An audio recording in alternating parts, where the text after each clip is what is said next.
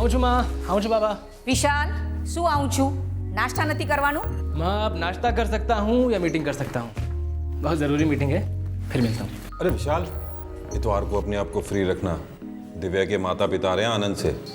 माँ बाबा ये शादी होना भी ज़रूरी है क्या? जरूरी है, बिल्कुल जरूरी है। तुम अब 26 साल के हो गए हो। और दिव्या अच्छी लड़की है, तुम दोनों की जोड़ी खूब जमेगी। और हाँ, जल्दी से फिर हमें अपने पोता पोती के माँ बाबा मैं भी शादी नहीं करना चाहता हूँ, मुझे भी जीना है। लेकिन बेटा अब आपने कुछ कहा ना तो घर छोड़ के चला जाऊंगा मैं। विशाल शाम को मिलता हूँ, माँ ज़रूरी मीटिंग है। कैसी बातें करता है? क्या हो गया इसे? पागल है बिल्कुल। समझ में नहीं आता इसका क्या करें।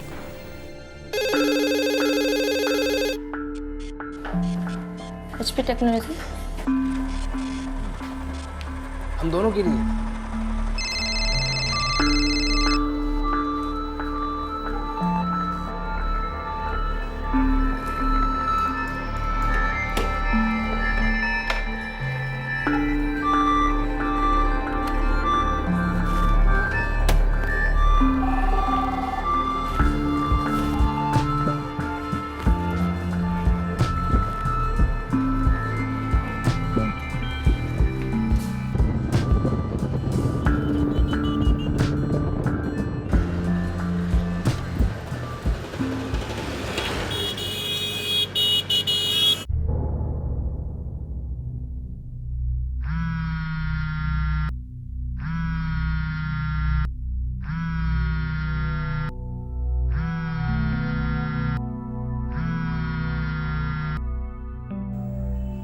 फोन भी नहीं उठा रहा। घर का सेल भी नहीं उठा रहा है। ऐसा तो आज तक उसने कभी किया नहीं। कहीं शादी की बात से नाराज तो नहीं हो गया? मैं फिर से ट्राई करती हूँ।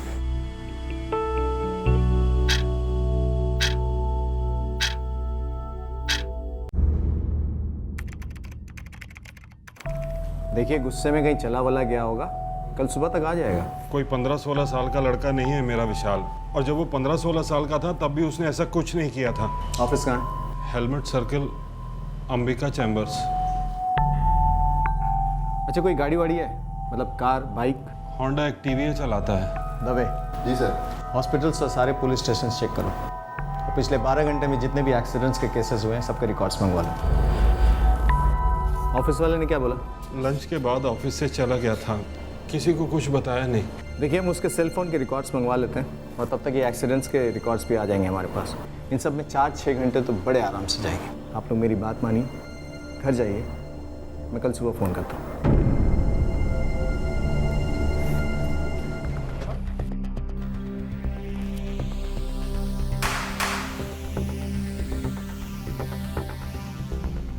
दोपहर के बाद से 27 मिस्ड कॉल्स।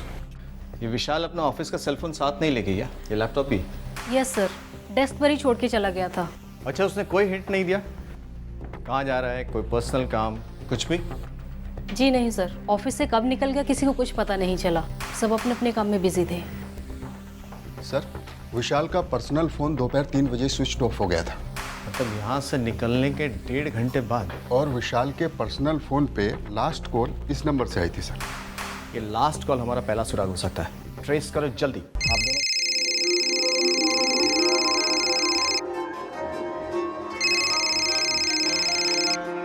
हेलो, मैं यूनिवर्सिटी पुलिस स्टेशन से बोल रहा हूँ। ये किसका नंबर है? जी मेरा है, मनीषा शाह। आप विशाल पांचाल को जानती हैं? हाँ ऑफ कोर्स जानती हूँ, मेरा बहुत अच्छा दोस्त है। सब ठीक तो है ना? जी मेरी कल विशाल से बात हुई थी। कितने बजे? यही कुछ 1 या 2 के बीच। 1:30 पे, टू बी मोर प्रिसाइज। ये विशाल के पर्सनल फोन पे रिसीव किया गया लास्ट कॉल था। लास्ट कॉल मतलब? सर विशाल ठीक तो है ना? पता नहीं, बस फिलहाल है नहीं, गायब है। Oh my God. कब से जानती हैं उसे? कई सालों से, लगभग 9-10 सालों से। कॉलेज से? जी नहीं, मेरे एक अंकल हैं, विशाल उनका पड़ोसी था। मैं जब भी वहाँ जाती थी तो उससे बात होती थी। विशाल कंप्यूटर्स में बहुत ब्राइट है। उसने मेरी कई बार मदद की है। कंप्यूटर्स में? जी। विशाल की सगाई तय हो गई थी। जानती हूँ। नाखुश था इस रिश्ते से। वो भी जानती हूँ। आप भी नाखुश थी? क्या मतलब? आप दोनों का अफेयर था? What nonsense! सेंस।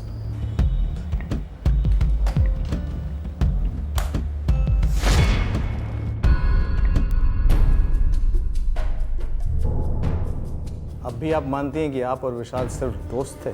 मैं और विशाल बहुत अच्छे दोस्त थे, लेकिन आप जो सोच रहे वैसा कुछ नहीं है। कल फोन किस लिए किया था? मैं एक सॉफ्टवेयर कंसल्टेंट हूँ और विशाल से कई बार गाइडेंस लेती हूँ।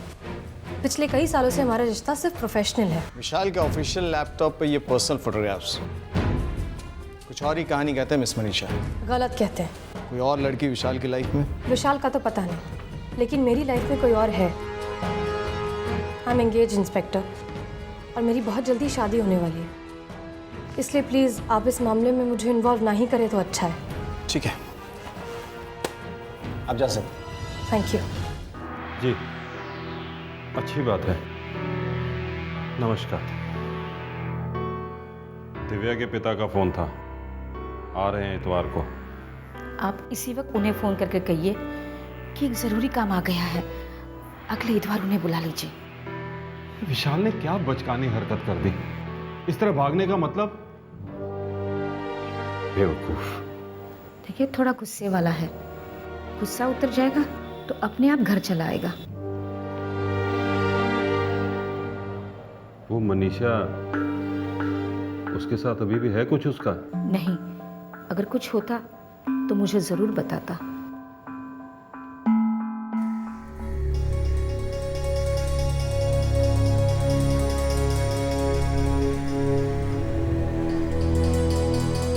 कौन यार, ऐसे चेहरा मत लटकाओ। इतना टेंशन लेने की कोई ज़रूरत नहीं। मैं टेंशन नहीं ले रही हूँ, मैं बस थोड़ी सी परेशान। तुमने पुलिस को सब कुछ साफ साफ बता दिया ना, अब कैसी परेशानी? मैंने कुछ साफ साफ नहीं बताया। मैंने उनसे ये कहा कि मैं और विशाल सिर्फ दोस्त थे। हाँ तो वही सच है ना। विशाल और तुम्हारे बीच पहले जो कुछ भी था वो अब कोई मायने नहीं रखता। विशाल पास्ट है, मैं प्रेजेंट और फ्यूचर भी मैं ही रहूंगा, है ना? Of course. ये कहने की जरूरत भी थी क्या?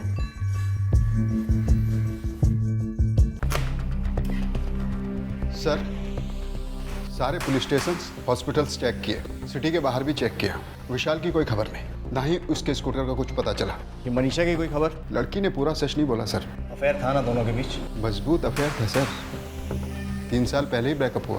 कोई दूसरी लड़की? नहीं सर, दूसरा लड़का सूरज मनीषा के ऑफिस में ही काम करता है। यही अहमदाबाद का लड़का है, कोई रिकॉर्ड नहीं। ये लड़की कहाँ की है? माँ बाप बड़ौदा के हैं, लड़की यहाँ अकेली रहती है। सुंदर अपार्टमेंट, 16 रोड। विशाल की कोई नई गर्लफ्रेंड? मतलब शादी से बचने के लिए भाग गया? नहीं सर, अगर गर्लफ्रेंड होती तो किसी ना किसी ने देखा होता या सुना होता, और अगर होती भी तो उसकी भी मिसिंग कंप्लेंट फाइल होती सर। और ऐसी किसी लड़की की मिसिंग कंप्लेंट फाइल नहीं है सर। दवे, ये अपना हीरो है ना विशाल, ये मिसिंग नहीं है। क्या मतलब सर? ये गायब नहीं हुआ है, छुप गया है, अपनी मर्जी से छुप गया है।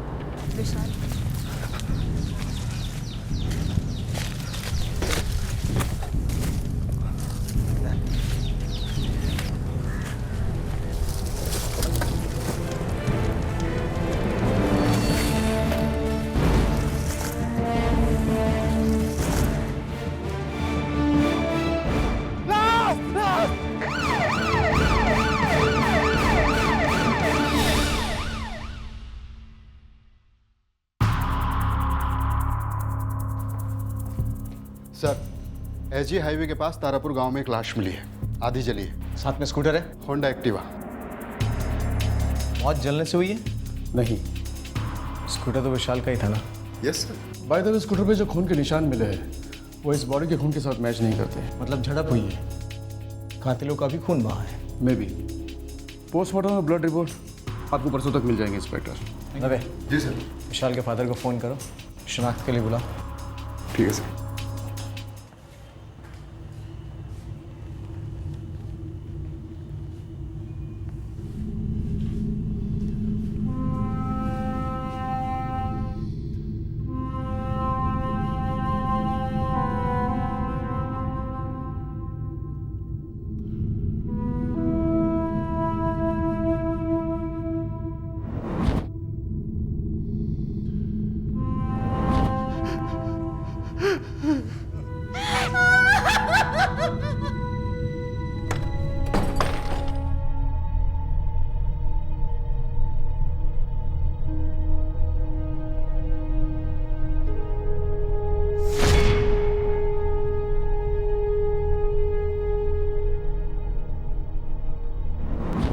चलो अच्छा है मनीषा, मेरी फीलिंग्स को समझती तो हो तुम। विशाल, मेरे पास कोई चॉइस भी तो नहीं है कोई चॉइस? चॉइस तो है मनीषा, तुम जानती हो। सब ठीक हो जाएगा मनीषा, हम दोनों के लिए, हमारे लिए। ठीक है, अगर तुम कह रहे हो तो। मनीषा यार, इट्स ओवर। विशाल अब नहीं रहा, खत्म हो गया बुरा सपना। बुरे सपने खत्म नहीं होते सूरज, बार बार लौट आते हैं, डराने, याद दिलाने।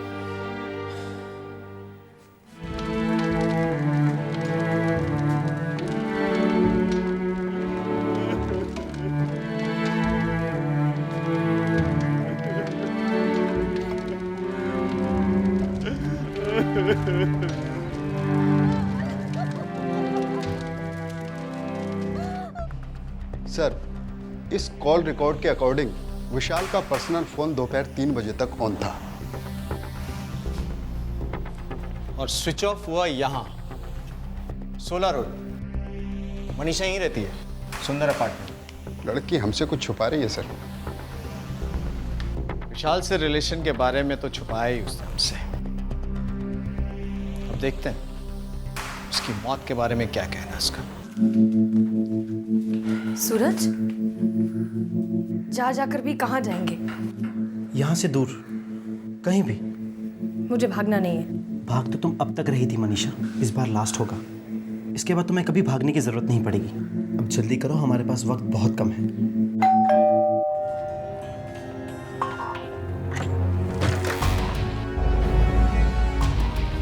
मनीषा कहाँ है? जी, मनीषा तो बाहर गई है। अंदर जाने का टाइम आया तो मनीषा मैडम बाहर चलेगी। चलो कोई नहीं, अंदर बैठ के मनीषा का इंतजार करो। सर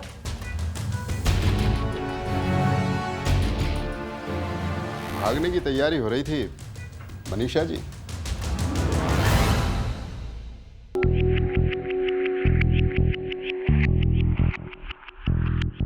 सूखे खून के धब्बे मिले हैं विशाल के स्कूटर पे। अगर उस खून से आप दोनों का खून मैच हो गया तो आप दोनों पर खून का इल्जाम लगेगा। बाकी रिकॉर्ड तो है हमारे पास। 16 रोड पर विशाल का फोन स्विच ऑफ हुआ, तो उसके मोबाइल रिकॉर्ड्स कहते हैं। वही 16 रोड जहां आप रहती हैं मिस मनीषा। मिस मनीषा, आपका सेल फोन रिकॉर्ड बताता है कि 19 जुलाई को दोपहर 3 बजे के बाद आपका फोन तारापुर गांव में था, वही जहां आपके एक्स बॉयफ्रेंड विशाल की लाश मिली। अगर आप दोनों सब कुछ सच सच और फटाफट बता देंगे तो सबके लिए अच्छा होगा। हमें बुलवाने पे मजबूर मत करना, अच्छा नहीं लगेगा मुझे, और आप लोग को तो कतई नहीं।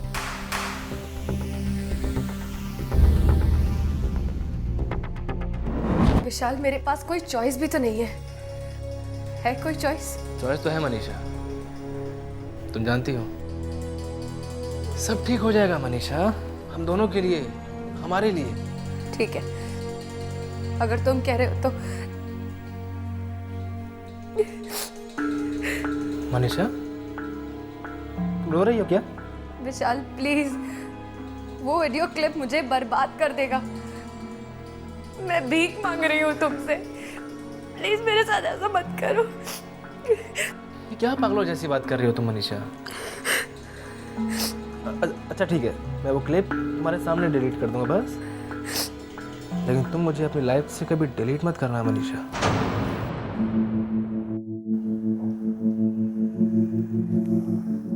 वीडियो क्लिप क्या था ये? सेल फोन से लिया गया MMS।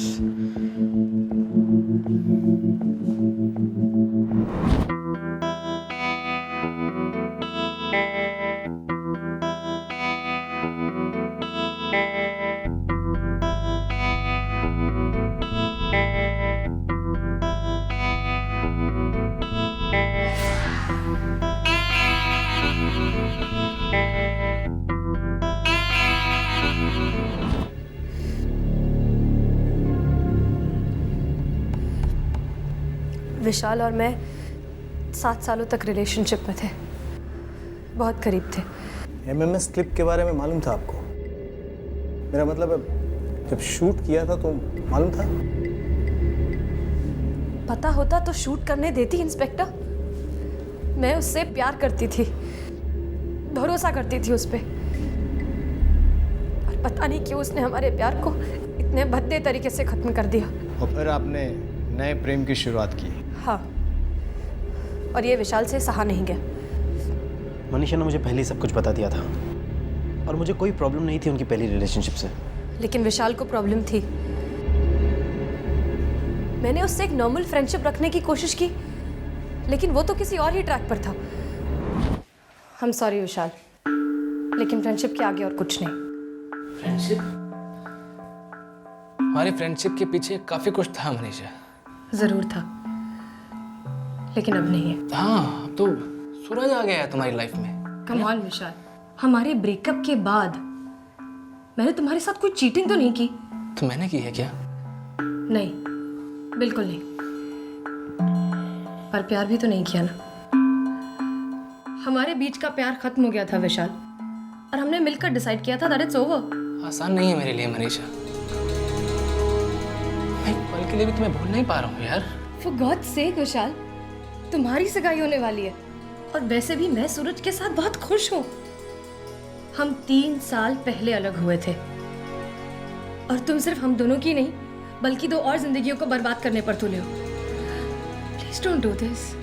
मैं जानता हूँ तुम मेरे पास आना चाहती हो ना। तुम्हारा ईगो ये चाहता है विशाल।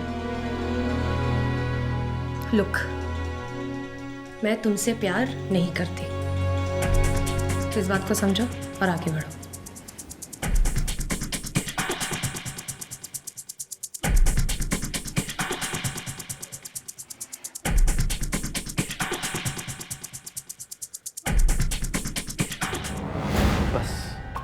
फिर उसने ब्लैकमेल करना शुरू कर दिया। हर दूसरे दिन धमकी देता, कहता कि मेरे माँ बाप को दिखा देगा, फिर कहता कि सूरज को दिखा देगा। उसने वो एमएमएस आपको भेजा?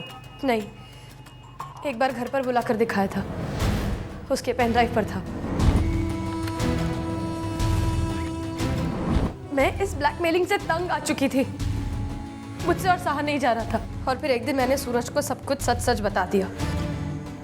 मैंने विशाल से भी बात की, उसे बहुत समझाने की कोशिश की, पर वो नहीं माना। देखना चाहोगे? अभी दिखाऊं? Shut up. चाहते क्या हो तुम? बस मनीषा, वो मेरी होने वाली बीवी है। ए सूरज, सपने में भी ऐसी बात मत सोचना। बहुत पुरानी प्रेम कहानी है मेरी और उसकी। तू जानता क्या अभी हमारे बारे में?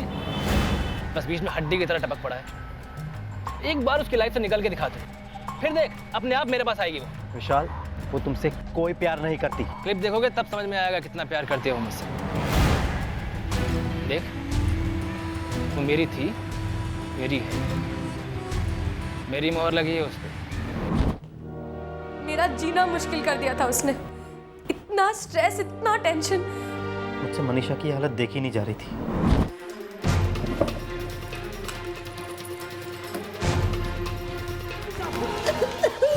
ये क्या कर रही हो तुम? मनीषा, क्या कर रही हो तुम? मैं थक गई हूँ सूरज, मैं और नहीं जीना चाहती। विशाल, ब्लैकमेलिंग, मैं हर चीज से थक गई हूँ। मनीषा, मेरी जिंदगी भी तो तुम्हारे साथ जुड़ी है। प्लीज प्रॉमिस करो ऐसा दोबारा कभी नहीं करोगे।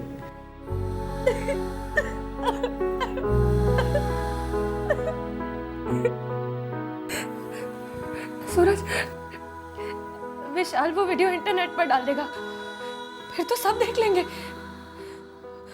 और मैं किसी को मुंह दिखाने के लायक नहीं बचूंगी। मेरे मम्मी पापा तो मर जाएंगे सूरज। उस पर भरोसा करो मनीषा, आई प्रॉमिस मैं तुम पे आज भी नहीं आने दूंगा।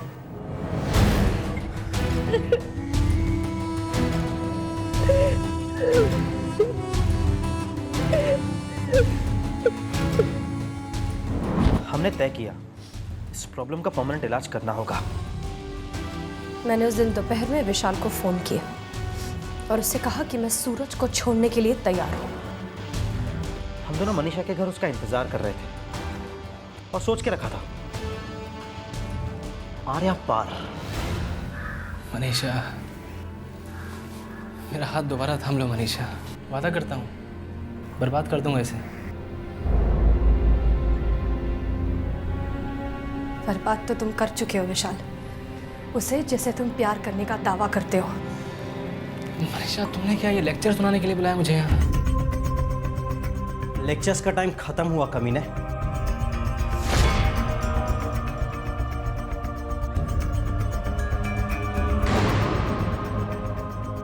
सिर्फ प्रैक्टिकल।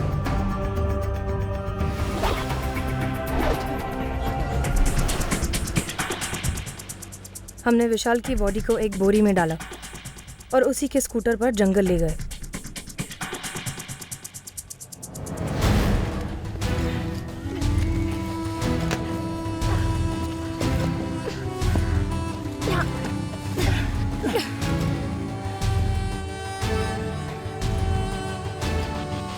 हमने तारापुर गांव के पास जंगल में स्कूटर को फेंक दिया और साथ में विशाल की लाश को भी।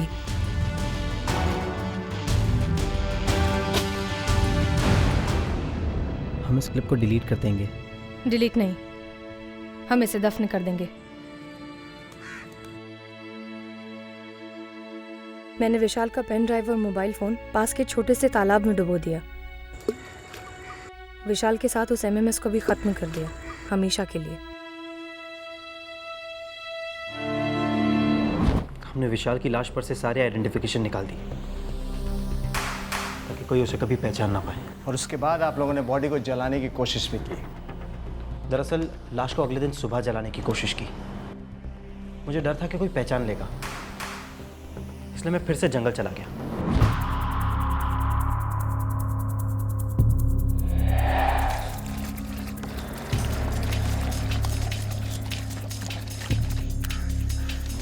मैंने बॉडी जला तो दी, लेकिन बारिश ने सारा प्लान चौपट कर दिया। हमने लाश को तो पहचान ही लिया और अब कातिलों को भी। मुझे पता था कि हम कभी ना कभी जरूर पकड़े जाएंगे, लेकिन मैं उस एमएमएस क्लिप को बाहर आने से रोकना चाहती थी। मेरी, सूरज की, मेरी फैमिली की, सबकी इज्जत का सवाल था सर। कानून सिर्फ सबूत मांगता है मिस मनीषा, और कानून को दिखाने के लिए वो एमएमएस आपके पास है ही नहीं। मैं वो एमएमएस अपने पास कैसे रख सकती थी इंस्पेक्टर? मेरे पास विशाल को मारकर उस एमएमएस को डुबो देने के अलावा कोई चारा ही नहीं था। आपके पास चारा था, आप पुलिस के पास आती, अपने पेरेंट्स को कॉन्फिडेंस में लेके अगर उन्हें ये बात कहती तो बात यहां तक नहीं पहुंचती। और अब देखो कहां पहुंच गए तुम दोनों। लेके जाओ इन दोनों को।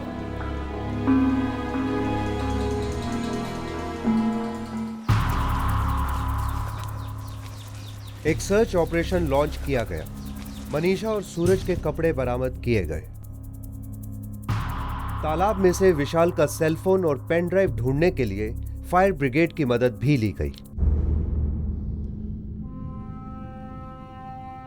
विशाल के माता पिता को यकीन ही नहीं हो रहा है कि उनके बेटे ने ऐसी हरकत की है। सूरज और मनीषा के बीच अब विशाल तो नहीं है, पर उनके बीच जेल की मजबूत दीवार है। अब कानून ही तय करेगा कि यह दीवार कब तक बनी रहेगी।